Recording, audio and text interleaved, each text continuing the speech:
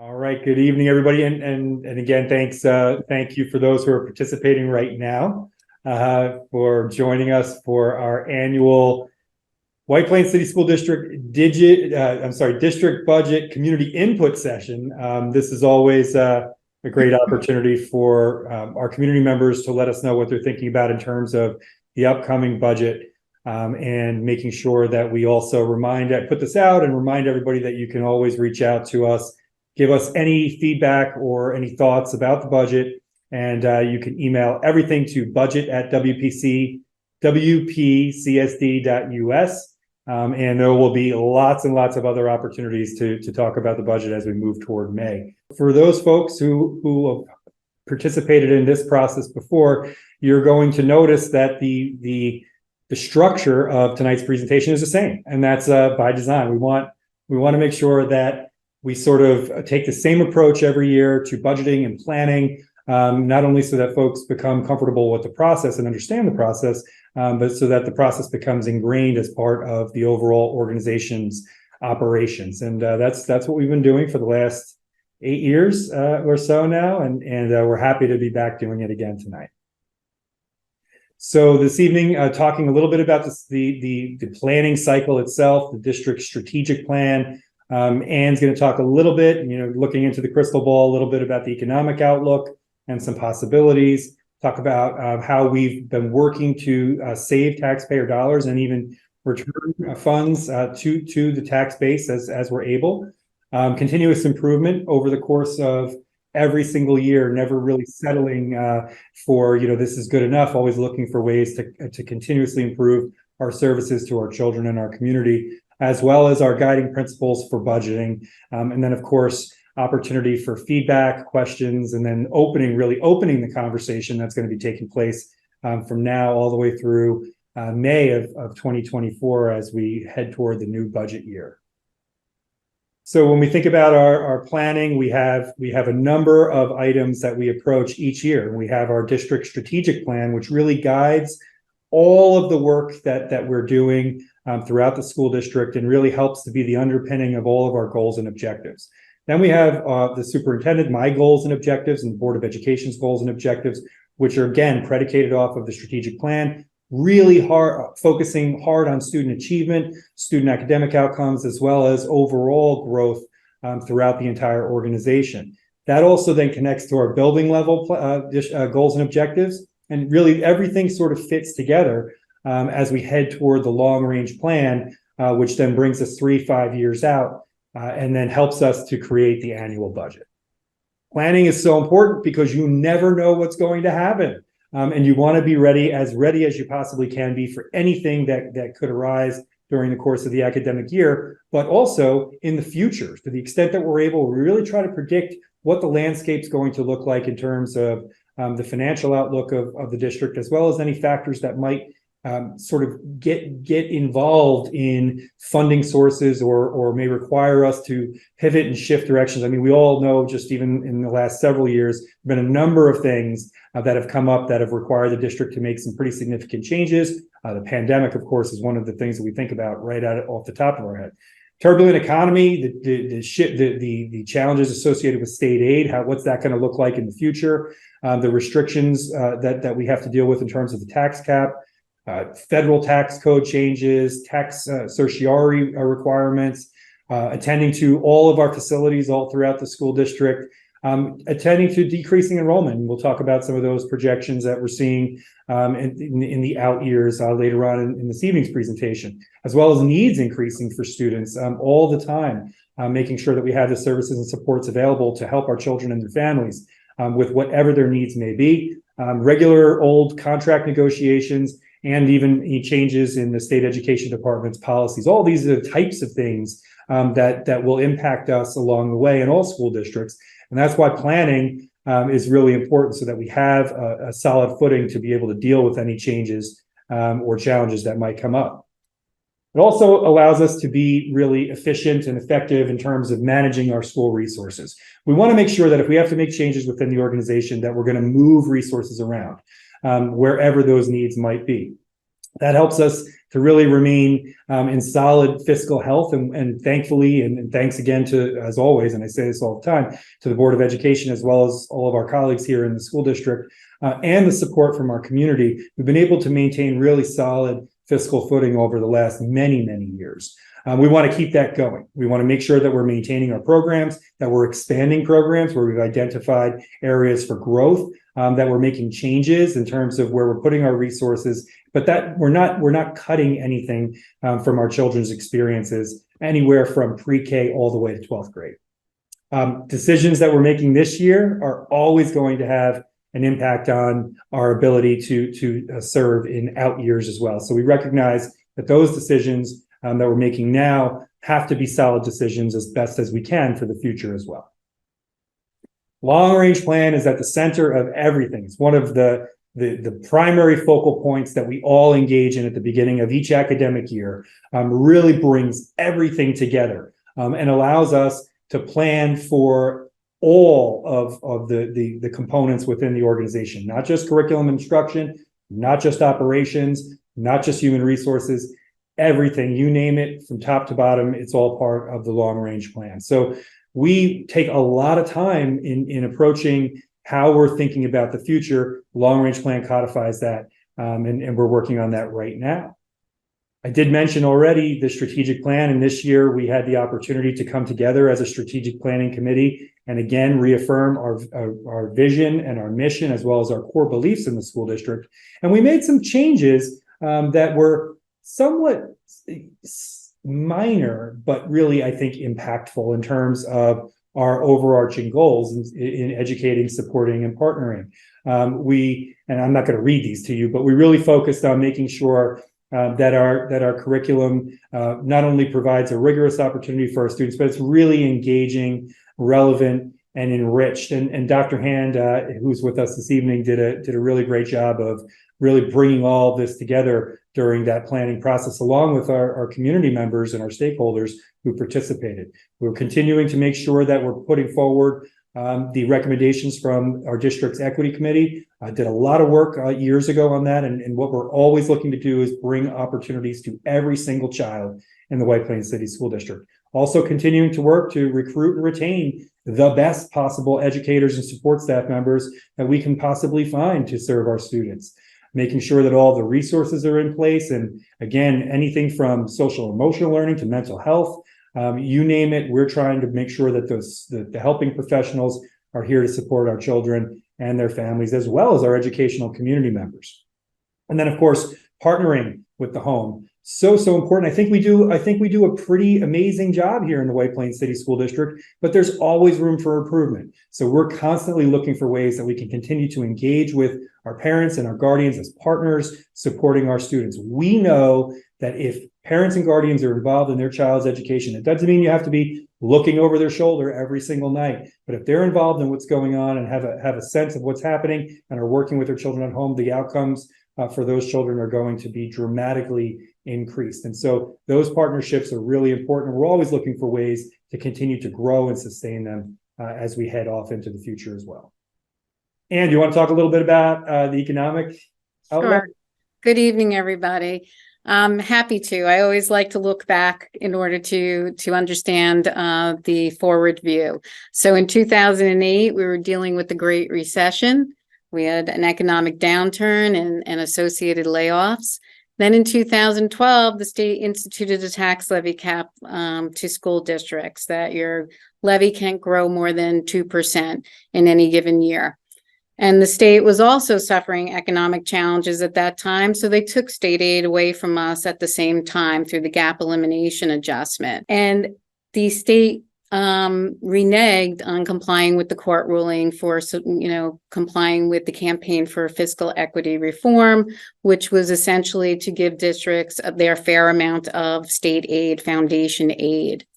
Roll forward 10 years, and the state finally complied with that commitment to give districts over a 3-year period of time the amount of state aid that was due them as a result of that court ruling. We also were in the midst of a pandemic and received $16 million in federal aid, which the district utilized to support learning loss and also important ventilation projects throughout the district. And we were able to then utilize those funds and reduce the tax levy cap and not, raise the levy up to the maximum by 5.2 million. We did that in 21-22. We did it again in 22-23, 6.4 million, and then 23-24, 5 million, all of which we did not go to the maximum tax levy cap as prescribed by law.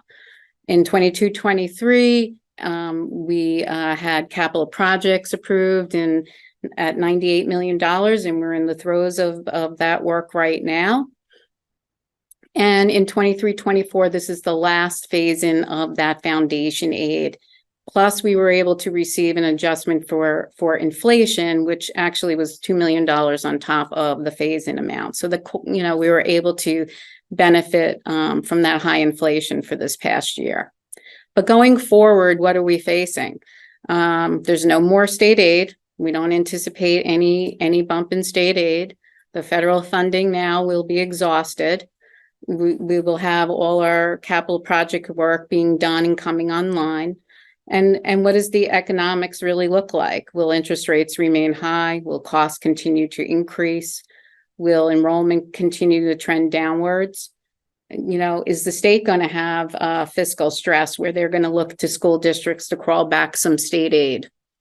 The pandemic is still lingering, and now we have war and civil unrest. So we have to prepare for that uncertainty as we move forward in our planning. And, I'd like to show this snapshot of what the consumer price index has been over the past 20 years. For the past 2 months, August and September, it's been trending about 3.7%. So it's likely we will have a change in the consumer price index from last year to this year in December of close to 4%. But school districts can only grow their tax levy by 2%. So if costs for goods and services and utilities are growing at a greater pace, the district cannot raise funds in order to cover those contractual obligations. And this is the projection of our enrollment. Each year, the district gets an update from Suffolk Western BOCES to do a demographic analysis. We're in the throes of getting that update right now. The actual enrollment for 23-24 actually came in higher than projections. So we anticipate that will result in higher projections for the future years. Still declining, but maybe not as much. And this snapshot is important because it really does try to capture all that the district and the Board of Education has been doing. Over the past 7 years, the district has been able to return $145 million to its taxpayers, thereby eliminating the need to raise taxes and to borrow funds. As I mentioned before, we did not raise the cap, the tax levy cap that's allowable for $21 million over the past 7 years. We were able to fund $68 million in capital projects with no issuance of debt and saving interest expense. We were able to pay off debt service early and thereby save interest expense in $13.6 million. We are self-funded for our commercial tax certiorari claims. So those refunds we're able to pay, they're not budgeted for, and we're not borrowing for them. And so over the past 7 years, we've had refunds that we had to pay of $18.5 million. We paid off technology leases early of $1.2 million. We fund any obligation to employees who leave our employ called compensated absences. It's usually accrued leave time that employees are able to get paid for. And so we fund that without budgeting for that, $2.4 million. And then one-time only expenses, things that we don't build into the annual budget and that we're able to fund, $19 million. So thereby saving, the taxpayer those monies by having it built into the budget. And then funded pension contributions that increase at a higher rate than anticipated. And we were able to contribute $1 million towards that. So overall, it's an estimated annual savings of about $1,000 for $15,000 of property assessment. that is saved to the taxpayers. That's really significant in terms of the amount that we've been able to sort of hold the line, if you will, in terms of increases of taxes. The board has always been really committed to making sure that the requests in our proposed budgets are what we need, what our children need, and making sure that the district is going to be strong into the future.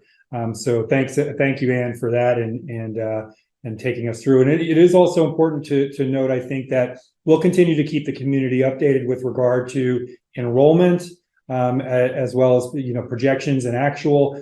We really do pride ourselves on making sure that all the information that we have is available to our community members as soon as we have it. So all those numbers will be continuously updated as well throughout the budget process.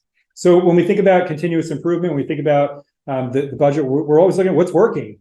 And when things are working, how can they be working better? What's not working, things that we can strategically abandon based on what our students' interests or engagement needs are.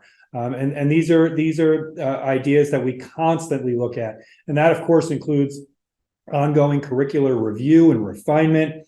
We want to make sure that all of the opportunities that we're offering our children are anchored, really looking to make sure that they're building upon each other and that they're providing our students with the best possible opportunities for both enrichment and expansion, as well as continuing to build each year that they move through the school district. We're constantly focusing, and again, really this year we're doing some really exciting things in terms of benchmarking and growth. In terms of making sure that our children's academic achievement is monitored and that we're able to share with parents and guardians how our students are progressing in a growth-based model. Extracurricular and athletic participation, again, in our school districts, it's extraordinarily high. That is because we have so many opportunities for our students to engage, everything from the arts to athletics and everything in between. We also added additional programming in terms of after-school programming, before-school programming, expanded summer opportunities and offerings. That's in addition to our partnerships with community partners that also offer students opportunities to engage. Universal approaches to the educational experience, right? We want to make sure that regardless of how our students arrive, that they're all offered the same opportunities for success and engagement. We want to remove barriers wherever they may be, and make sure that our students have the opportunity to explore and really do pursue their passions while they're here with us in the White Plains City School District. Staffing and resources, making sure that our schools are appropriately staffed everywhere we possibly can, make sure that children have high quality engagement with adults and support staff members. We are always looking to do that. And I had mentioned, changing where the deployment of resources are throughout the school district based on need. That's something that's an underpinning of our planning process, and always looking ahead. What will the future hold? And we can never know exactly what that's going to be, but certainly based on what we're seeing and the direction that we're moving as a school district, we can plan to be in good position each consecutive year. When we're thinking about our overall school district, we want to make sure that we are protecting the instructional core. We never want to be in a situation where we're trying to make trade-offs with our children's educational experiences. So we're always evaluating needs versus wants.